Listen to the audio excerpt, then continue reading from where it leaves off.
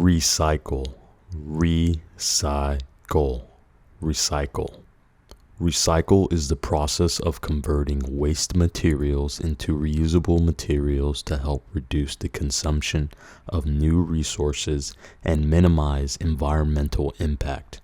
It involves collecting, sorting, and processing used materials to create new products.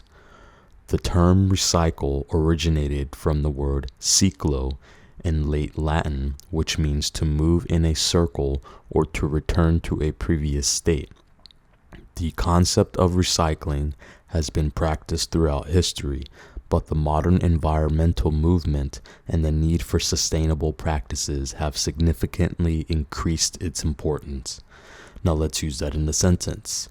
She diligently separates her paper, plastic, and glass to recycle them instead of throwing them in the trash. Thanks for listening in. Be sure to like and subscribe to my channel.